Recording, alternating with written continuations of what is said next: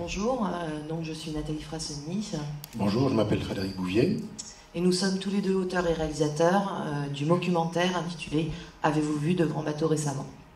Via un blog interactif, deux journalistes canadiens, Stéphane et Martin, mènent l'enquête en compagnie de l'internaute pour essayer de résoudre deux énigmes. Il s'agit de la disparition de deux équipes, deux expéditions à plus d'un siècle d'intervalle au même endroit, le Grand Nord canadien.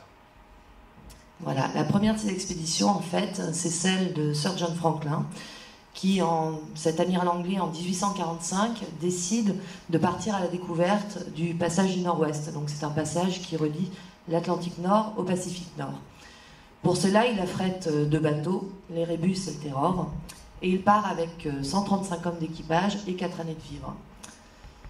La dernière fois qu'on les voit, c'est en août 1845, et on n'a plus de nouvelles.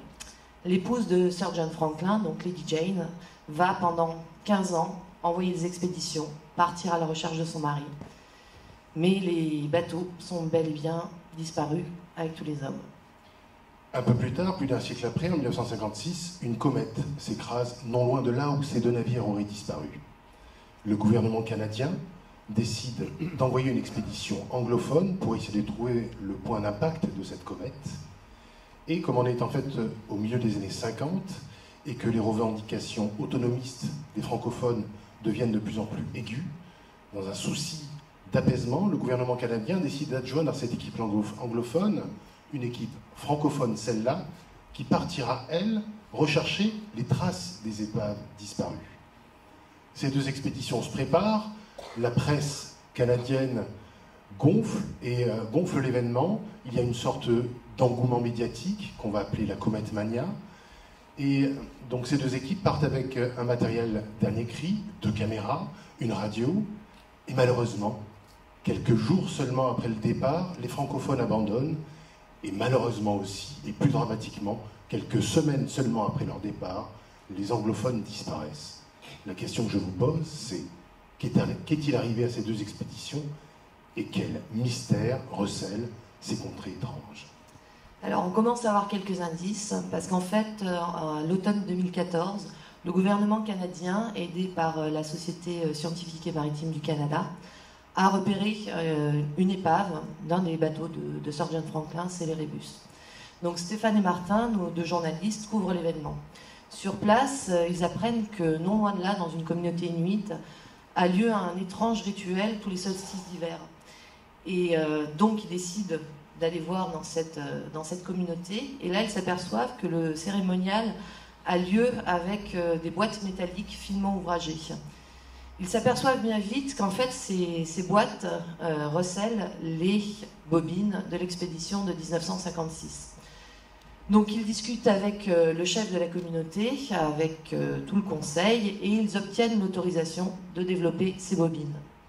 Il s'agit donc, pour Stéphane et Martin, ainsi bien sûr que pour l'internaute, de démêler les indices, les fausses pistes, et d'essayer de reconstituer le puzzle en mettant en place et dans l'ordre ces rushs qui arrivent au compte-gouttes et dans le désordre, et en menant l'enquête en 3 points distincts du Canada, c'est-à-dire d'une part l'endroit où a été localisé, où commence à être renflouée cette épave qui est les Rébus, avec tous les indices qu'il peut y avoir dedans, d'autre part la myriade des communautés inuites, dans lequel, et ça on l'apprend au fur et à mesure de l'enquête, ce culte, ce cargo culte à partir de ces bobines a essaimé dans toutes ces communautés. Il y a donc là des indices à prendre. Et troisième lieu, c'est les zones urbaines canadiennes, dans lesquelles, bien sûr, on en apprendra beaucoup sur la mise en place de cette expédition conjointe de 1956. Voilà, effectivement, on va en apprendre beaucoup, parce que là, juste il y a quelques jours, on vient d'apprendre que l'un des membres de l'expédition francophone est toujours vivant. Donc l'internaute Stéphane et Martin vont aussi partir à la recherche de cet homme, qui aura bien des choses à nous apprendre sur justement le mystère de l'expédition de 56. Donc là, nous en sommes à la première étape du projet. Donc nous sommes bien entendu soutenus par le pôle média dans Paris, et nous les remercions chaleureusement pour toute l'aide qu'ils nous ont apportée.